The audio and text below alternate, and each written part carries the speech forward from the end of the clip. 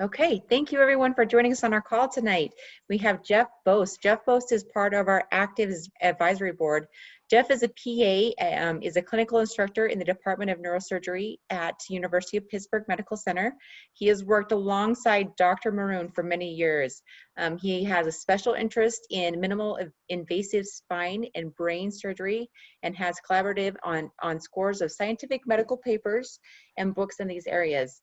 We are so excited and honored to have Jeff part of our advisory board team, and he's here to talk to us about epigenetics and how that relates to our products. He's going to expand on the presentation that Dr. Maroon did at our ACTIVZ 2020 event.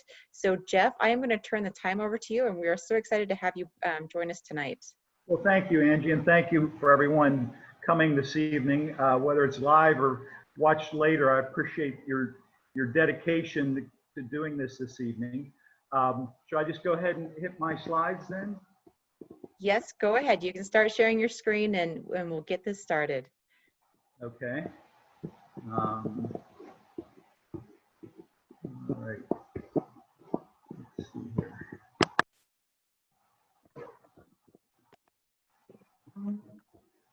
Okay. How's that looking? That looks great. It's not in presentation mode, but that's okay. We can go with how it is. This is great. All right. There we go. Perfect. Okay. Technology, you got to love it. Well, again, thank you all for being here this evening. As Angie said, I've worked with Dr. Maroon in neurosurgery for many, many years. And we always get the same question: why is someone who worked in neurosurgery, neurosurgeons, involved in wellness, involved in things outside of neurosurgery, basically? And over the years, you know, we keep on in neurosurgery fixing the car after it's broken. It's like anything that you tend to wear out, and people that don't take care of themselves wear out faster. And so over time, we've gotten tired of doing surgery on everybody and tried to think of ways to help them prior to surgery, meaning healthy living.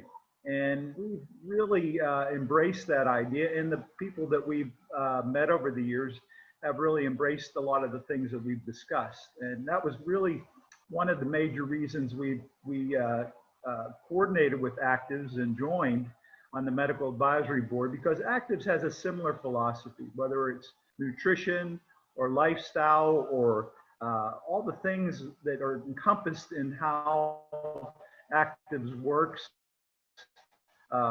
through employment. All that is important to us because it's about the whole person. Don't want to think about just the spine or the brain. We want to think about the whole person. So today, as Angie said, I'm going to elaborate a little on what Dr. Maroon had spoke about at the convention. Hopefully many of you listened to that. It was very enlightening, not only Dr. Maroon's speech, but many of the others. And it really gave a great insight into what's happening at ACTIVZ. Today, we're going to talk about the understanding the importance of epigenetics and ACTIVZ product.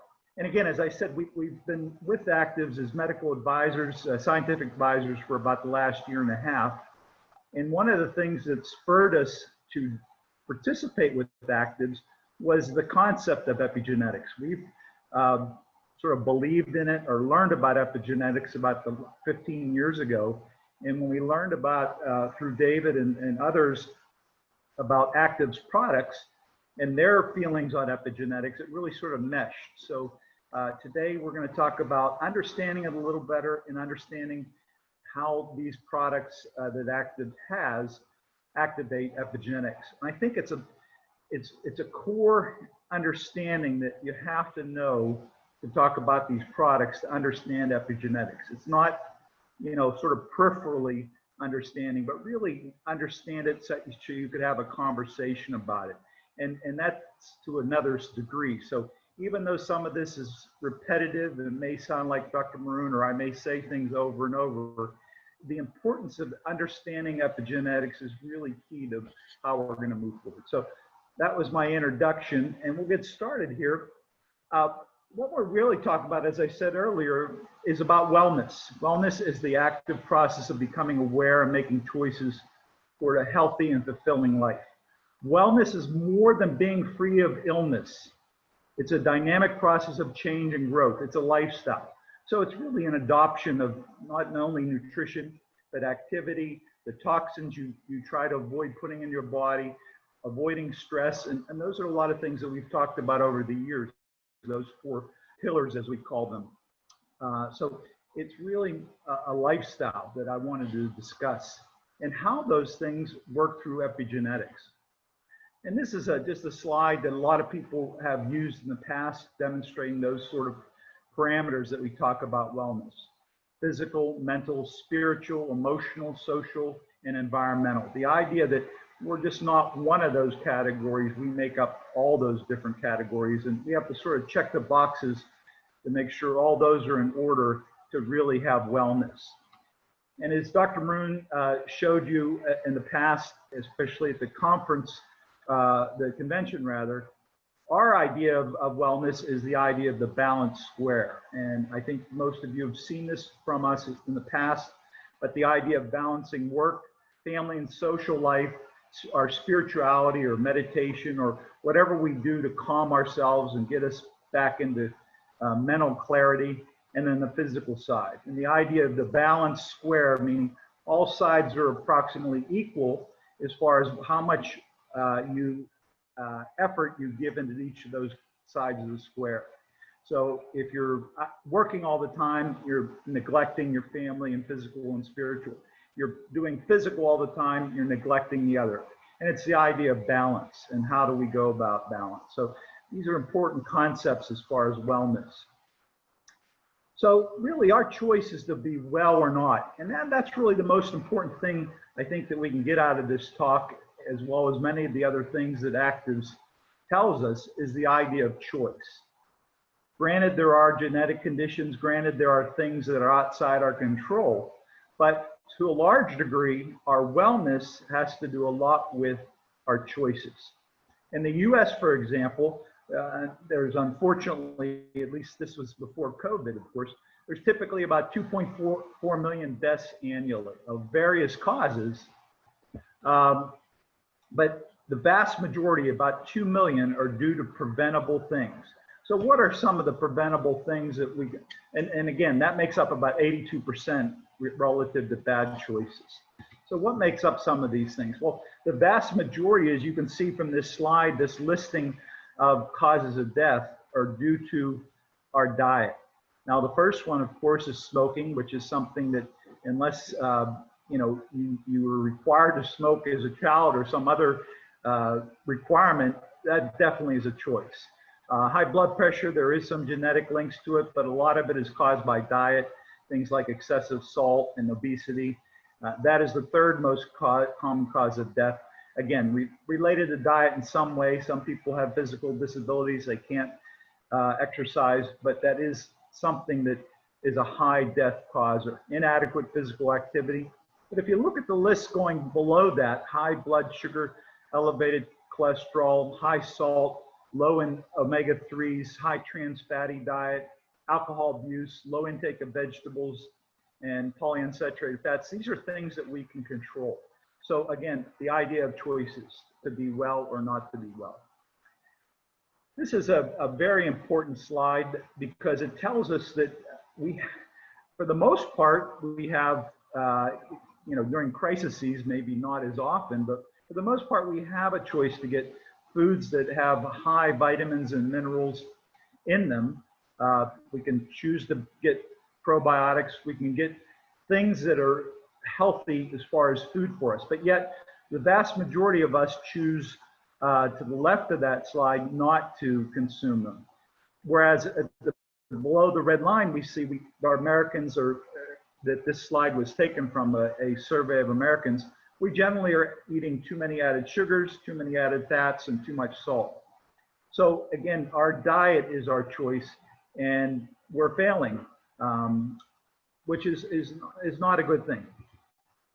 There are lots of reasons why we don't eat healthier. Healthy food is often more expensive. We often eat at fast food restaurants, which again is less expensive, but carries a lot of fats, salts, and sugars with it. If you skip a meal, you're going to be extra hungry the next meal and you tend to binge. And then mislabeling. What is really organic? What is healthy?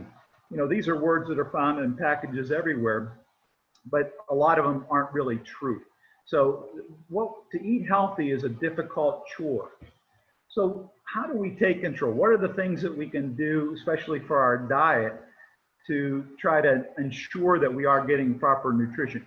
Well, this is a slide that was tracked sales from 2016 and projecting to 2022.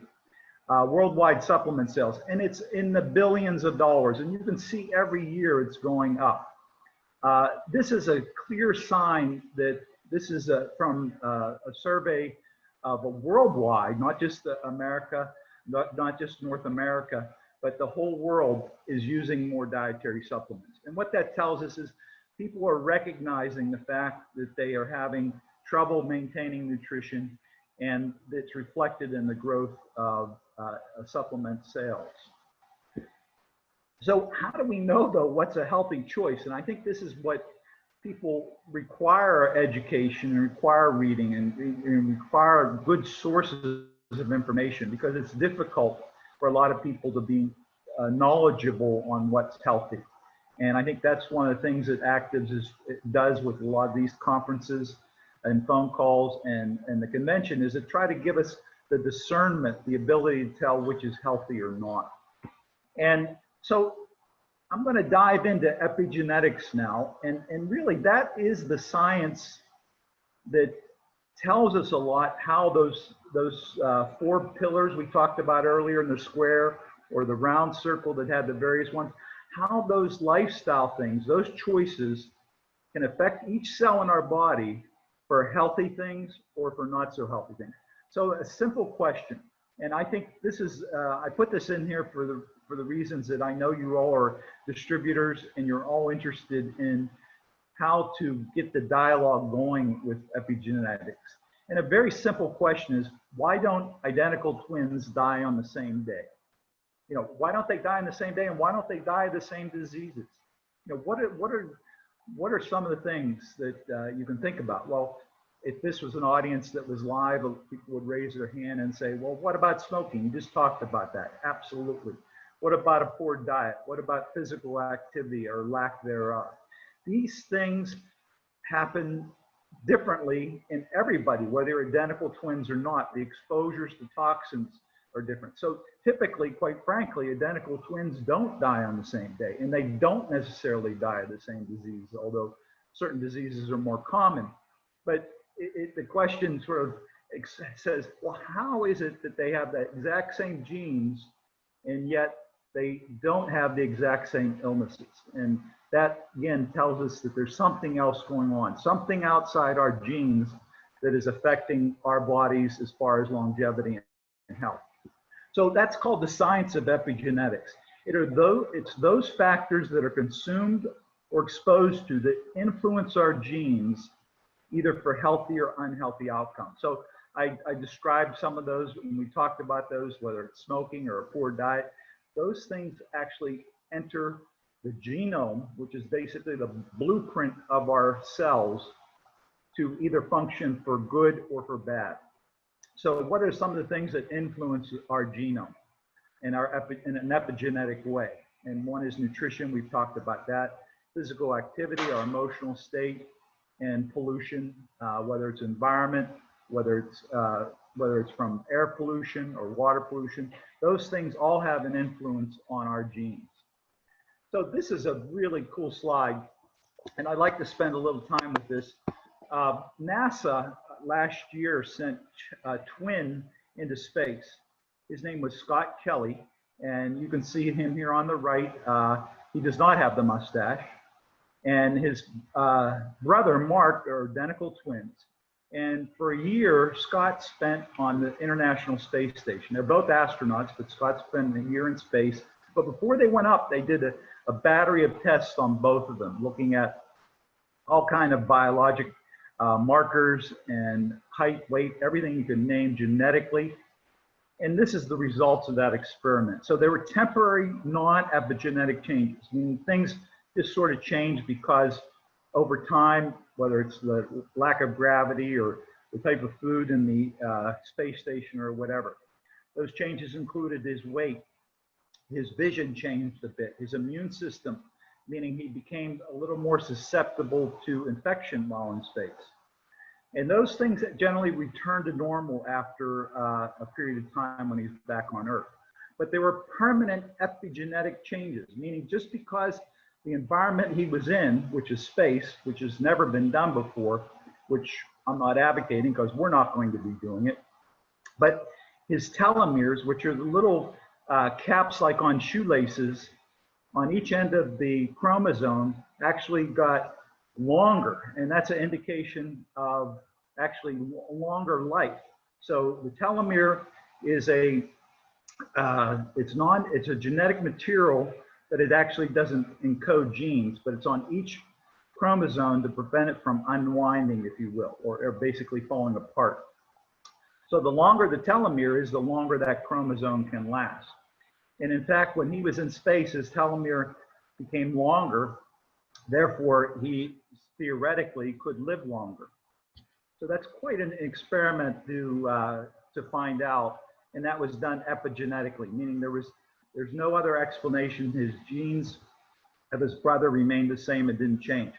Well, here's, excuse me. Here's something even more interesting. NIH did a study of women who took multivitamins. They did not go to space, and yet those that took more multivitamins or food higher in vitamin C and E also had 5% longer telomeres compared to those that didn't. So it just goes to show that things epigenetically can occur with healthy diet. So this is really the slide that Dr. Maroon has given, I think, multiple times. I've used it in multiple presentations as well. And it sort of summarizes the concept of epigenetics. And Angie, I'm not sure if you can see my little arrow on here. I think you can. But there are 4 sections here that we talked about earlier. Physical activity or exercise, nutrition, the environment, and then emotional state. And so if you eat a poor diet, and this is depicting someone who, or excuse me, if you don't exercise, this is depicting someone on a couch who is the quote unquote couch potato. What happens are signaling molecules from this inactivity are transmitted by transcription factors. These are signaling molecules that can enter the cell and go into the nucleus where the chromosomes are located. And they can turn on genes, in the case of sedentary lifestyle, to increasing inflammation, increase oxidative stress, which ultimately can lead to greater disease, for example, heart disease. If you eat a high-fat diet, have inflammatory obesity problems, or hyperglycemia, meaning a lot of sugar, things like poorly controlled diabetes, or not even knowing you have diabetes, metabolic syndrome. These also cause transcription factors to communicate back to the chromosomes, which make inflammatory products. And the same thing with environment and emotional stress. These all work through the chromosomes through transcription factors, causing negative outcomes. So people, you know, they'll say, well, what's the big deal if I walk 20 minutes a day? Or what's the big deal? Well, the fact is it can affect your genes in an epigenetic way and change your lifestyle as far as worsening your health if you are not doing the right things. Versus doing the right things, for example, exercise increases your BDNF, which is brain-derived neurotrophic factor. It actually can build new brain cells. Exercise is great for increasing neurotransmitters that can reduce symptoms of depression. By having good diet, including nutritional supplements, polyunsaturated fats, omega-3s, a Mediterranean diet, calorie restriction, all these things have been shown to cause positive transcription factors, which influence the chromosomes for positive effect. Same thing with the environment, having a clean environment, not smoking, of course, and then having a balanced emotional life, reducing stress. These all things are anti-inflammatory, antioxidant, anti-cancer, anti-heart disease. So it's really the summation of what epigenetics is in a very simplistic form, but I think it can be communicated in a way that people can understand it. And why is that important? Well, the fact is the two major products that Active has, Lynx and OptiMed, both work on the epigenetic system and are epigenetic activators. So I'm going to go through some of that. There's other benefits besides that, but they also work through epigenetic pathways. And this is important because epigenetics means it can affect every cell in the body versus targeting a certain organ or a certain part of the body. The fact is that every cell in the body has, except for red blood cells, have a nucleus where their chromosomes can be affected by these products. So let's talk about Lynx. There's a benefit beyond epigenetics in Lynx, and that is the butyric acid is actually energy. So when I have Lynx equals energy, it's the butyric acid I'm referring to. Butyric acid provides energy in and of itself. If it makes it to the colon, which the coating of Lynx allows it to reach it to the colon, can actually provide butyric acid, which is one of the energy sources used by the cells in the colon. But we typically, those that aren't taking Lynx or those that aren't having a good diet, may have significant nutritional deficiencies that cause low cellular energy. And those things, as we discussed earlier, are poor diet, diets high in fat, salt, sugar, high calories, and low in nutrition and fiber. As well as a lot of people, unfortunately, have absorptive disorders, things like digestive diseases, celiac, irritable bowel syndrome, leaky gut syndrome. These are all things that can lower our ability to extract butyric acid or other energy to feed those colonic cells. So basically, something like butyric acid, if you can get it into the colon, which is what the Lynx product can do, can increase energy. So this is outside of the epigenetic factor, but it actually is an energy source for those cells. But there are specific epigenetic benefits of Lynx. So typically, if you can see my little arrow here, at the top, we consume a diet that's a nutritional diet, and our intestinal flora break down, and butyrate and butyric acid are essentially the same words. By having a good diet, increasing your butyric acid, you can have epigenetic activation, meaning that butyric acid actually goes through transcription factors into the cell and causes these benefits. It's anti-carcinogenic, anti-inflammatory, reduce or improves insulin resistance, which can occur in people that have metabolic syndrome, where they need more and more insulin in order to drive sugar into the cells. It can affect cardiovascular diseases, improve immune system, neuroprotective. So these are factors in and of themselves that are epigenetically benefits of butyric acid in the body, whether it's provided by a Lynx product or whether it's provided by your diet. And again, going back to most Americans and most people, our diet is not able to provide us enough of those nutrition. So specifically for these areas I talked about, colon cancer, butyric acid can repress or depress epigenetically genes in cancer cells. And this is important implication for cancer prevention. So what they've done for something like this is they've done studies where they've tested butyric acid levels in the colon in people that had a history of colon cancer versus people that didn't have a history of colon cancer. And what they found is those that had colon cancer had very low butyric acid, whereas those people that did not have a very high or a higher level of butyric acid. So the idea that butyric acid in the colon most likely is preventative for the colon cancer, many of the colon cancers that exist. It also, butyric acid can repress or suppress extra blood cells from going into colon cancers to actually cause it to spread. So it represses their recruitment of extra blood vessels. And it also slows the growth and activation of cancer cells. So if a cancer cell starts to develop, butyric acid can slow it or even stop it. So these are very important factors epigenetically that butyric acid can do. Butyric acid, and I'll go into ACTIVZ as far as its anti-inflammatory effects, but butyric acid epigenetically also has anti-inflammatory effects to suppress NF-kappa beta, which is one of the primary inflammatory molecules that our body makes in response to stress. It also can reduce colon inflammation, which we talked earlier is associated with diseases of the colon, such as irritable bowel syndrome and ulcerative colitis. So it can be very beneficial to help control those conditions. It also can affect body-wide inflammation. As I said earlier, since it works epigenetically, it can work in every cell in the body by decreasing inflammation associated with prediabetes and obesity. So again, this is a very important substance within the Lynx product. So we're going to jump over just to review all the benefits. And this would be a good slide.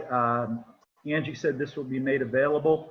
The benefits of butyric acid in Lynx: it directly improves the energy to colon cells, decreases inflammation in the gut, perhaps the entire body, enhances vitamin absorption. We need vitamins for every metabolic process we have in our body, whether it's in our colon or in our brain, our heart, wherever we are, we need the vitamins.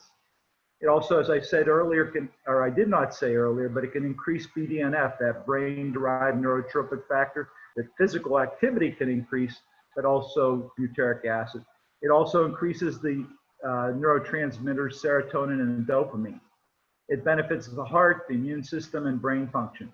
So these are all the benefits that have been linked to butyric acid as a summary slide. So now we're going to talk about ACTIVZ.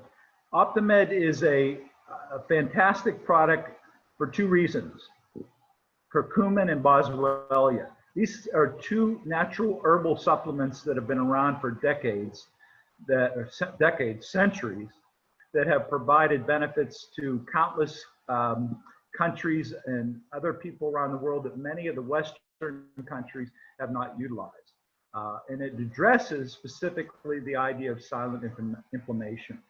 Those things earlier we talked about in the epigenetic pathway, things like an unhealthy diet, chronic stress, elevated blood sugar, pollution, toxins, a lack of exercise will definitely increase the inflammatory levels in your body.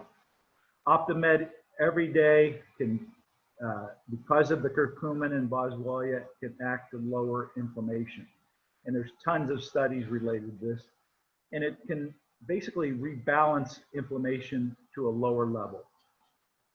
And this is a very complicated slide, and I hate to show this to you, other than the fact that this is all the epigenetic pathways associated with curcumin.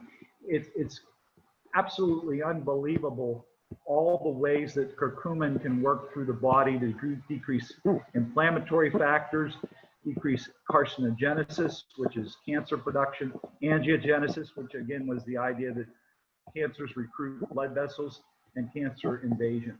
So epigenetically, curcumin is one of the master epigenetic pathway creators as far as health and wellness. So again, I think it's important, and I know this is really quick and a lot to handle. As I said, Angie will have these slides available. But the bottom line is that we have to understand that epigenetic explains how physical activity, environmental exposure, mental health, stress, and nutritional influences influence our genes for either good or bad. And that's really the most important thing to follow. Number two, ACTIVZ uses ingredients that activates these genes through the science of epigenetics to improve health and wellness. And finally, understanding epigenetics gives us the power to activate our genes through better choices. Again, it's all about choices. If you know the right choices, then it really becomes a no-brainer as far as which to choose. So I understand there aren't any questions available on this format, but I think this is fairly succinct. And I hope perhaps, Angie, we're going to get this put together as a PDF. We'll have this available to everyone. Yes, Jeff, this is great. Thank you so much for the call. This was fabulous information. I learned so much just listening to you, and I know that others have as well. So thank you so much for joining us tonight and providing with all this great information to us. You're welcome. Everybody have a good evening.